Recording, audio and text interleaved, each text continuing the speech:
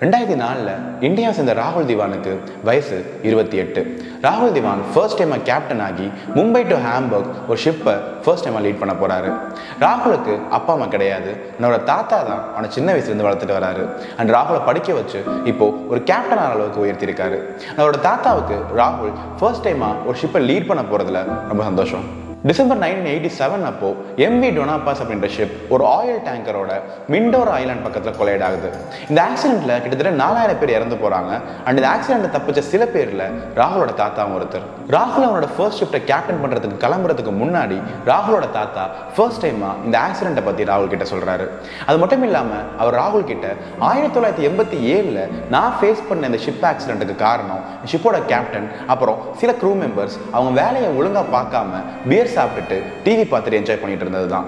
So அந்த மாதிரி நீ உன்னோட ஷிப்ல எக்காரணத்தை கொண்டு அஜாக்கிரதையா இருந்துடாதுன்னு சொல்லி தாத்தா ராகுல் கிட்ட சொல்றாரு. உடனே ராகுல் நான் அந்த மாதிரிலாம் அஜாக்கிரதையா இருக்க மாட்டேன் தாத்தா, நீங்க பயப்படாதீங்க அப்படின்னு சொல்றான். அது தாத்தா இல்ல நீ அந்த மாதிரி ஏதாவது பண்ணிட்ட அப்படின்னா அந்த சீ ஸ்பிரிட்ஸ் உன்னை உயிரோட விடாது அப்படின்னு சொல்றாரு. ராகுல் சீ ஸ்பிரிட்ஸா அப்படின்னு கேட்குறான். தாத்தா அதுக்கு ஆமா சீ ஸ்பிரிட்ஸ். அன்னைக்கு அந்த பிளாஸ்ட்ல இறந்து போன 4000 பேரும் சாதாரணமாக சாகலை. அந்த டேங்கர் எங்கள் ஷிப்பை மோதினதுக்கு அப்புறமேட்டு எங்கள் ஷிப் வெடிச்சிருச்சு. அண்ட் இந்த 4000 பேரும் எரிஞ்சு போய் அப்புறம் தண்ணியில் மூழ்கி இறந்தாங்க. இந்த வெடிச்ச சத்தம் அப்புறம் அப்போ ஏற்பட்ட ஸ்மெல் எனக்கு இன்னும் ஞாபகம் இருக்கு அப்படின்னு தாத்தா சொல்றாரு. அந்த விபத்தில் கோரமாக இறந்து போன 4000 பேர்த்து தான் நான் சீ ஸ்பிரிட்ஸ் அப்படின்னு சொன்னேன்னு தாத்தா சொல்றாரு. அண்ட் அப்போ ராகுல் சிரிச்சுக்கிட்டே தாத்தா என் வேலையை சின்சியராக பாருன்னு நீங்கள் சொன்னா நான் கேட்க மாட்டேன்னா அதுக்கு என் பேய் கதைலாம் சொல்றீங்கன்னு கேட்குறான். உடனே தாத்தா நான் சொன்ன நீ நம்ப மாட்டேன் எனக்கு நல்லா தெரியும், அதனால தான் நான் இந்த புக்கை உங்ககிட்ட தரேன்னு சொல்றாரு. புக்கை ராகுல் கையில் கொடுத்துட்டு இது இந்த ஆக்சிடென்ட்டுக்கு அப்புறமேட்டு நான் எழுதின புக் அண்ட் இந்த புக்கை நீ படிச்சுனா உனக்கு எல்லா உண்மையும் தெரியும்னு சொல்றாரு. புக்கை கையில் வாங்கின உடனே அந்த புக்கோட டைட்டில் ராகுல் பார்க்குறான். அதில் ஏஷியாஸ் டைட்டானிக் அப்படின்னு போட்டிருக்கு. அதுக்கப்புறமேட்டு தாத்தா கிட்ட பிளெஸிங் வாங்கிட்டு இவன் சென்னை ஏர்போர்ட்டில் ஃப்ளைட் போர்ட் பண்ணுறான். சென்னையிலேருந்து மும்பை போகிற கேப்பில் இதை படிச்சிடலான்னு சொல்லி அந்த புக்கை திறக்கிறான். Chennai to Mumbai flying time வெறும் 2 மணி நேரம் தான். ஸோ அதுக்குள்ளே இந்த புக்கை கம்ப்ளீட் பண்ணிடணும்னு சொல்லிட்டு ராகுல் வேகமாக படிக்க ஆரம்பிக்கிறான். டிசம்பர் 20, 1987 நைட்டு 10:30 மணிக்கு எம்வி டொனாபாஸ் ஷிப்பில் இருந்த 3/4 பேர் தூங்கிட்டு இருந்தாங்க. அண்ட் அப்போ எங்கள் ஷிப் பேட்டன்ல இருந்து மேஸ்பேட்டுக்கு 1041 டன் கேசோலினும் பெட்ரோலியம் ப்ராடக்ட்ஸும் கேரி பண்ணிட்டு போயிட்டு இருந்த ஒரு ஆயில் டேங்கரில் கொள்ளையிடாச்சு. இதுக்கப்புறம் ஒரே அலறல் சத்தம். அந்த சத்தத்தில் நிறைய குழந்தைங்களோட குரல் கேட்டுச்சு. நான் எப்படி தப்பிச்சேன்னு எனக்கு சுத்தமாக தெரியல. ஆனால் அதுக்கப்புறம் நடந்த எல்லா விஷயமும் எனக்கு பர்ஃபெக்டாக ஞாபகம் இருக்குது. இந்த ஆக்சிடென்ட்டை மீடியா ஏஷியாஸ் டைட்டானிக் நேம் பண்ணாங்க.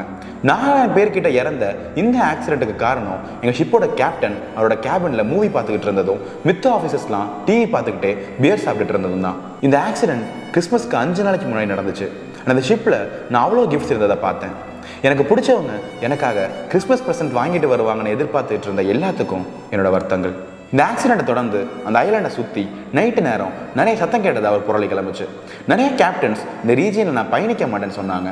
இதுக்கப்புறம் அந்த ரீஜியனை சுற்றி நிறைய ஷிப்ரெக் நடந்துச்சு. முக்கியமாக 1988 எம்வி டொனாபாஸோட சிஸ்டர் ஷிப்பான டோனா மேர்லன் 300 பேரோட முழுகுச்சு.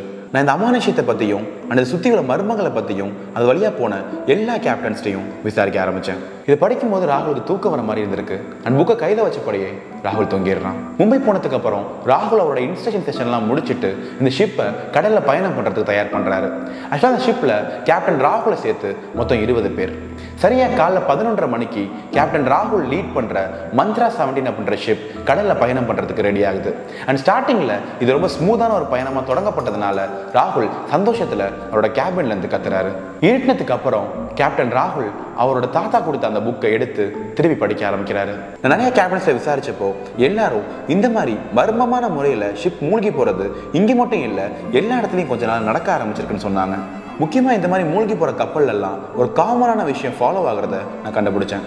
இந்த மாதிரி மூழ்கிற கப்பலில் உள்ளவங்கெல்லாம் ஆல்கஹால் கன்சியூம் பண்ணிட்டு அஜாக்கிரதையாக டிவி பார்த்துட்டு இருக்கிற கப்பலில் மட்டும் தான் நடந்திருக்கு. ஏன்னா ஆக்சிடென்ட் ஆன எல்லா ஷிப்லையும் டிவி ஓடிட்டு இருந்திருக்கு. பியர் பாட்டில்ஸ்லாம் கண்டுபிடிக்கப்பட்டிருக்கு. அது மட்டும் இல்லாமல் டெஸ்கில் தூங்கிட்டு இருந்த ஷிப்போட ஆஃபீஸர்ஸ்க்கு வேக்கப் அப்படின்னு நிறைய குரல்கள் கேட்குமா. அதுக்கப்புறமேட்டு ஹைட்ரேட்ஸ் கிரியேட் ஆகுமா. ஆக்சுவலி இந்த ஹைட்ரேட்ஸ் கிரியேட் ஆனதுக்கு எந்த ஒரு ரெக்கார்டும் இல்லை. ஆனால் இந்த மாதிரி மூழ்கி போன கப்பலில் இருந்து தப்பிச்சவங்க எல்லாமே ஹைட்ரேட்ஸ்னால தான் இந்த ஆக்சிடென்ட் நடந்துருச்சு அப்படின்னு சொல்லியிருக்காங்க. ராகுல் இதை படிச்சுக்கிட்டு இருக்கும்போதே மித்த க்ரூ மெம்பர்ஸ்லாம் பியர் அண்ட் கேக்கோட இவனோட கேபினுக்கு வராங்க. கொஞ்ச நேரத்துக்கு அப்புறமேட்டு கிறிஸ்மஸ் செலிப்ரேஷன் ஸ்டார்ட் ஆகுது. எல்லாரும் பியர் சாப்பிட்டு என்ஜாய் பண்ணுறாங்க. ஆனால் ராகுல் மட்டும் பியர் குடிக்காமல் இருக்கான். கொஞ்ச நேரத்துக்கு அப்புறமேட்டு மித்த குரூ மெம்பர்ஸ்லாம் ரொம்ப ஃபோர்ஸ் பண்ணதுனால ராகுல் பியர் சாப்பிட்றான். ராகுல் பியர் அதிகமாக கன்சியூம் பண்ணி அவன் டெஸ்கில் உட்காந்தபடியே தூங்கிடுறான். 30 நிமிஷம் கழிச்சு வேக்கப் அப்படின்னு ஒரு வாய்ஸ் கேட்டு ராகுல் பயந்து போய் முழிக்கிறான். இதுக்கப்புறமேட்டு இந்த ஷிப் எங்கே போயிட்டு இருக்குன்னு செக் பண்ணுறதுக்காக கோஆர்டினேட்ஸ் பார்க்குறான். ஷிப் தப்பான ரூட்டில் போயிட்டு இருக்கு. சரி, அப்போ இப்போ ஷிப் எங்கே தான் இருக்குன்னு சொல்லிட்டு ராகுல் பார்க்கும்போது பதறி போயிடுறான். ஏன்னா ஷிப் மிண்டோர் ஐலண்ட் பக்கத்தில் போயிட்டு இருந்திருக்கு. உங்களுக்கு ஞாபகம் இல்லைன்னா இந்த இடத்துல தான் இவனோட தாத்தா பயணிச்ச ஷிப் ஆக்சிடென்ட் ஆனிச்சு. இதுக்கப்புறம் இவன் ரேடியோவை எடுத்து பக்கத்தில் இருக்க போட்டை காண்டாக்ட் பண்ண ட்ரை பண்ணுறான். ஆனால் அன்ஃபார்ச்சுனேட்டாக எந்த ஒரு காண்டாக்டும் கிடைக்கல. ராகுலுக்கு எதுவுமே புரியல. ஏன்னா அந்த ஷிப் போக வேண்டிய ரூட்டுக்கும் அது இப்போ போயிட்டு இருக்க இடத்துக்கும் சம்மந்தமே இல்லை.